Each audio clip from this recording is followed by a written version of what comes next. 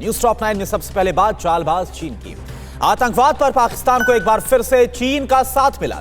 G20 summit में चीनी राष्ट्रपति ने कैसे किया गुमराह। चीनी लड़ाकू विमानों ने लगातार 8वें दिन ताइवान में घुसपैठ की है।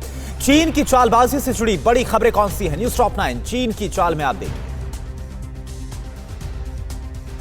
आतंकवाद को लेकर चीन का दोहरा रवैया फिर सामने आया है। आतंकवाद पर चीन ने पाकिस्तान को फिर बचाने की कोशिश की है। चीन के विदेश मंत्रालय ने आतंकवाद के खिलाफ कार्रवाई पर पाकिस्तान की तारीफ की है, जबकि सच ये है कि पाकिस्तान अभी भी आतंकवाद का सबसे बड़ा गढ़ है।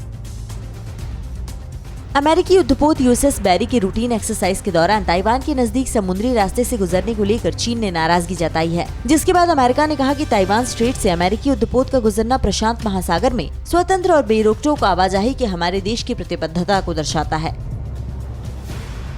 नेपाल और चीन के राजनयिक संबंधों के 65 साल पूरे होने पर चीन के रक्षा मंत्री वेई फेंग अगले हफ्ते नेपाल के दौरे पर आने वाले हैं। वेई फेंग 65 साल पूरे होने पर आयोजित होने वाले समारोह में शामिल होंगे। काठमांडू में वेई फेंग के आगमन की तैयारियां शुरू हो गई हैं, लेकिन नेपाल सरकार इसका खुलासा नहीं कर रही है।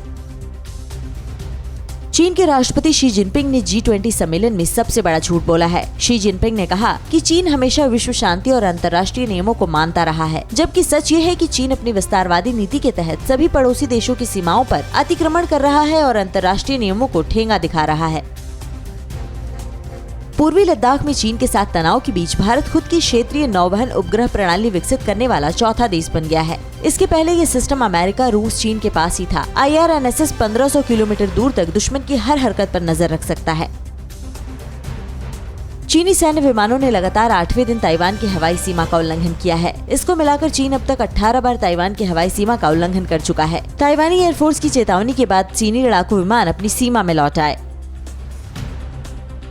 चीन ने कोरोना की एक सुपर वैक्सीन बनाने का दावा किया है। ये वैक्सीन अब तक 10 लाख लोगों को दी जा चुकी है। इसको लगवाने वाले लोगों में कोरोना के लक्षण नजर नहीं आए हैं। वैक्सीन का कोई साइड इफेक्ट सामने नहीं आया है, इसलिए चीन इसे सुपर वैक्सीन कह रहा है। भारत से बातचीत के बीच चीन युद्ध की तैयारियों में भी जुटा हुआ है। चीन की सेना ने हाईटेक ड्रोन से वॉर ड्रिल किया। खबरों के मुताबिक तिब्बत में मल्टी ड्रोन वॉर ड्रिल किए गए और निर्धारित लक्ष्य पर ड्रोन से बम दागे गए। चीन के देसी हेलीकॉप्टर Z-20 ने बर्फीली पहाड़ियों के बीच उड़ान भरी। इसे LAC पर चीन की तैयारियों के मद्देनजर देखा जा रहा है। चीन के Z-20 हेलीकॉप्टर को अमेरिका के मल्टी रोल ब्लैक हॉक की कॉपी माना जाता है। Z-20 को एयरफोर्स, नेवी और पीपुल्स आर्म पुलिस फोर्स के लिए ढाला जा रहा है।